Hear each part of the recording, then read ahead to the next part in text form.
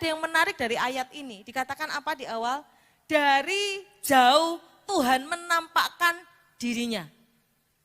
Saudara tahu latar belakang cerita ini adalah ketika bangsa Israel yang, saudara tahu bangsa Israel itu bangsa yang ngewelan luar biasa.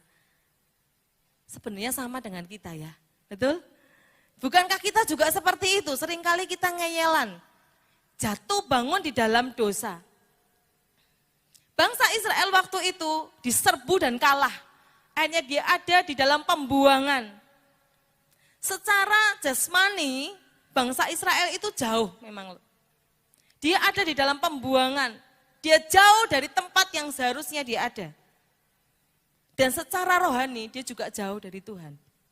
Seringkali saudara, orang kalau kita menghadapi masalah, menghadapi pergumulan, saudara itu jauh dari Tuhan. Bangsa Israel saat itu keadaannya sedang tidak baik-baik saja.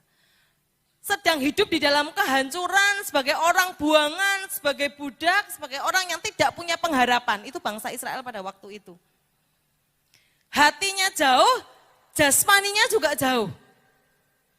Tapi yang menarik saudara, Tuhan tidak pernah meninggalkan. Ini loh kerennya Tuhan kita. Mau hancur lebur kayak apa? Mau menyakiti seberapa dalamnya, Tuhan itu tetap mengasihi kita loh saudara. Dan bangsa Israel itu merasakan betul ketika Tuhan itu menampakkan diri dari jauh. Tuhan tetap menampakkan diri, Tuhan tetap hadir. Walaupun engkau merasa jauh. Dia tetap mengatakan sesuatu, dia tetap mengasihi. Dikatakan apa? Aku mengasihi engkau dengan kasih yang kekal. Saudara, kalau saudara sedang dalam posisi yang jauh dari Tuhan. Ketika Tuhan berkata di dalam firman-Nya, aku mengasihi engkau. Rasanya hati itu maknyes saudara. Rasanya hidupnya jadi berharga lagi. Saudara mungkin sedang jauh dari Tuhan hari-hari ini. Dosa menjauhkan engkau, keadaan menjauhkan engkau. Rasanya ke gereja ya ke gereja. Tapi rasanya jauh. Saya seringkali merasakan itu saudara di dalam hidup saya.